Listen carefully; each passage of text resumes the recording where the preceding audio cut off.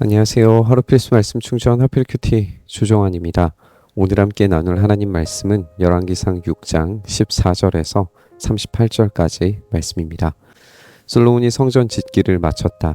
성전의 안쪽 벽에는 바닥에서 천장에 닿기까지 벽 전체에 백향목 널빤지를 입히고 성전의 바닥에는 잣나무 널빤지를 깔았다. 성전 뒤쪽에서 앞쪽으로 스무자를 세워서 바닥에서부터 천장의 석가래에 이르기까지 백향목 널빤지로 가로막아서 성전의 내실 곧 지성소를 만들었다. 내실 앞에 있는 성전의 외실은 그 길이가 40자였다. 성전 안쪽 벽에 입힌 백향목에는 호리병 모양 박과 활짝 핀 모양을 새겼는데 전체가 백향목이라서 석재는 하나도 보이지 않았다. 성전이 꾸며지는 과정을 읽게 됩니다. 이 성전 안쪽 벽은 백향목 나무로 되어 있고 호리병 모양 박과 활짝 핀 꽃 모양이 새겨지고 있는데 돌이 보이지 않는다, 이렇게 설명되고 있습니다. 말하자면 울창한 숲을 생각나게 만드는 그런 인테리어였을 것 같아요. 이것은 에덴 동산 한가운데 있는 모습을 형상화하는 것으로 생각해 볼 수 있을 겁니다. 성전 안에는 주님의 언약궤를 놓아둘 내실을 마련하였다. 성전의 내실 곧 지성소는 길이가 20자, 너비가 20자, 높이가 20자이고 순금으로 입혔으며 백향목 제단에도 순금으로 입혔다. 솔로몬은 성전 내부도 순금으로 입히고 지성소 앞에는 금 사슬을 드리웠으며 그 지성소를 모두 금으로 입혔다. 그래서 그는 온 성전을 빠진 곳이 전혀 없도록 금으로 입혔다.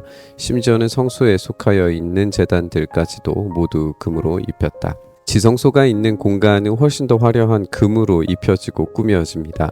금이라고 하는 이 금속을 생각해 보면 변하지 않는 고귀함을 보여주는 그런 상징을 가진 금속이죠. 그렇다면 이 순금으로 치장된 하나님이 임재하실 이 지성소는 변하지 않는 하나님의 신실하심을 보여주는 그런 장식이라고 볼 수 있을 겁니다.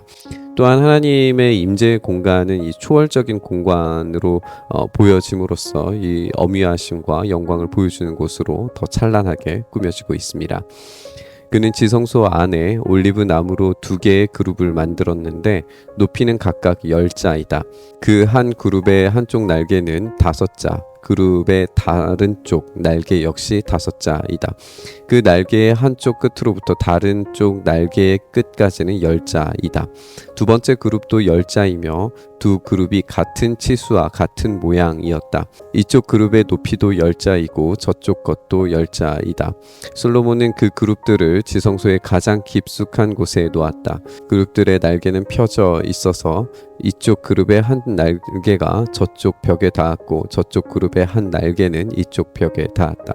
그리고 지성소의 중앙에서 그들의 다른 날개들은 서로 다 있었다. 그는 이 그룹에도 금으로 입혔다.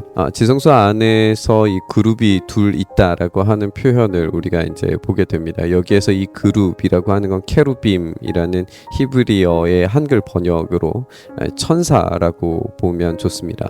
이 케루빔은 지성소를 날개로 이쪽과 저쪽이 완전히 닿도록 가득 채우는 것을 보게 됩니다. 마치 이 천사가 하나님의 거룩한 임재 앞으로 더 가까이 가지 못하도록 막는 것처럼 보이기도 해요. 우리는 창세기에서 두 천사가 불칼을 들고 아담과 하와의 출입을 막았던 것을 생각해 볼 수 있습니다. 천사가 가장 높으신 하나님의 임재와 인간의 그 사이를 가로막고 인간의 입장을 막아서는 것을 우리가 보게 되는 거죠. 인간은 도무지 하나님 앞으로 더 가까이 가지 못할 만한 연약하고 죄악된 존재입니다. 하나님의 허락하심만이 부족한 인간이 하나님을 만날 수 있는 유일한 조건이라는 사실을 이 그룹 앞에서 생각해야 했습니다. 그는 성전의 지성소와 외실의 벽으로 돌아가면서 그룹의 형상과 종려나무와 활짝 핀 꽃 모양을 새겼다. 또 그 성전의 지성소와 외실 마루에도 금으로 입혔다. 지성소 어귀에는 올리브 나무로 문을 2짝 만들고 그 인방과 문설주는 오각형으로 만들었다. 그리고 올리브 나무로 만든 문 2짝에는 그룹의 형상과 종려나무와 활짝 핀 꽃 모양을 새겼는데 그룹 모양과 종려나무 모양 위에도 금으로 입혔다. 또 올리브 나무로 본당의 외실 어귀를 만들었는데 그 문설주는 사각형으로 만들었다. 그리고 잣나무로 만든 두 개의 문이 있는데 한쪽의 문도 두 부분으로 접히고 다른 문도 두 부분으로 접히게 되어 있었다. 그 위에 그룹들과 종려나무와 활짝 핀 꽃 모양을 새겼는데 그 위에 고루고루 금을 입혔다. 또 성전 앞에다가 안뜰을 만들었는데 안뜰 벽은 잘 다듬은 돌 3켜와 두꺼운 백향목 판자 1켜로 벽을 쳤다. 성전의 지성소와 외실 벽은 금과 천사들과 종려나무와 활짝 핀 꽃 모양으로 가득 차 있습니다. 이곳이 바로 천상적 장소이고 에덴이 바로 그런 천상적 장소로서 하나님과 인간이 얼마나 풍요롭고 아름답고 지구의 장소에서 함께 거닐었는지를 떠올리게 만듭니다.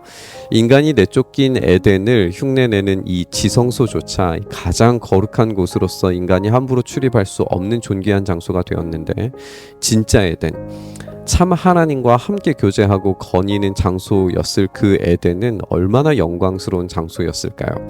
그런 것들을 성전 건축자들은 표현하려고 했을 겁니다. 주님의 성전 기초를 놓은 것은 솔로몬의 통치 제4년 12월이고 성전이 그 세밀한 부분까지 설계한 대로 완공된 것은 제11년 8월 곧 8째 달이다. 솔로몬이 성전을 건축하는 데에는 7해가 걸렸다. 7년 동안의 대공사가 이루어졌습니다. 이 세밀한 부분까지 모두 만드는데 엄청난 노력이 쏟아져 들어갔다는 사실을 우리가 보게 됩니다. 이 대공사의 기간 동안 어떤 외부적, 내부적 어려움들은 등장하지 않아요. 꽤나 긴 시간이었음에도 불구하고 대내적으로 매우 안정적인 국정 운영이 이루어졌다는 것을 우리가 생각을 해볼 수 있습니다. 그렇다면 하나님께 예배드리기 위한 이 열심과 헌신에 하나님께서 그 모든 환경들이 안전하게 이루어질 수 있도록 만들어주셨다라고 생각을 해볼 수도 있을 것 같아요. 그렇다면 하나님께서도 이 성전에 기대하시는 바가 있다는 뜻이지 않을까 한번 생각해 봤습니다. 하나님이 에덴을 만드신 목적은 사람과 함께 교제하며 사랑하기 위하심이었어요. 하나님 당신의 형상대로 만들어진 인간이 하나님께로부터 부여받은 책임과 권한을 가지고 하나님께서 만드신 그 만물들을 충만하게 채워가는 일들을 하나님께서는 기대하셨습니다.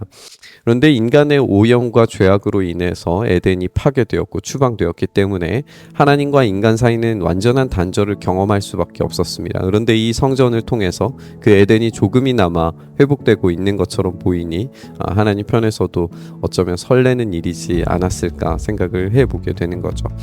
물론 하나님은 이 성전의 한계를 모르셨을 리가 없습니다. 이 영원한 성전이신 예수님께서 나타나시기 전까지 임시적인 공간이었을 뿐입니다. 그럼에도 불구하고 하나님이 이곳을 사용하셨고 이스라엘을 만나셨고 그들과 함께 하려고 하셨습니다. 언제나 성전을 오염시키는 것, 또 에덴을 파괴시키는 것은 하나님이 아니라 인간 쪽이었습니다.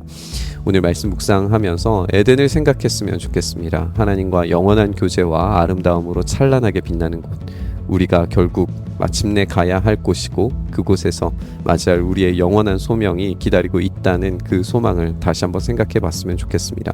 하나님 나라, 그 영원한 에덴을 우리가 속히 오기를 간절히 바라면서 우리 묵상의 자리로 나아가시죠. 주님, 그 에덴을 우리가 속히 다시 경험하길 소망합니다. 그 안에서 하나님과 가장 친밀하게, 가장 영광스럽게 만나는 그 만남이 이루어지기를 소망합니다. 이곳에서 우리의 욕망과 욕심들이 끊임없이 하나님과 멀어지려고 하는 이 부패한 본성을 가진 우리를 불쌍히 여기시고 주님의 나라에서 가장 친밀한 그 교제 가운데에서 하나님께서 원래 우리에게 요구하셨던 그 아름답고 찬란한 영광스러운 소명들이 우리 안에 다시금 회복될 수 있도록 주여 그 일들이 속히 이루어지도록 이 땅 가운데에서 그 에덴이 온전히 경험되도록 은혜 더하여 주시옵소서. 그 속히 일하시길 소망하며 우리 주님 예수님 이름으로 기도드리옵나이다. 아멘.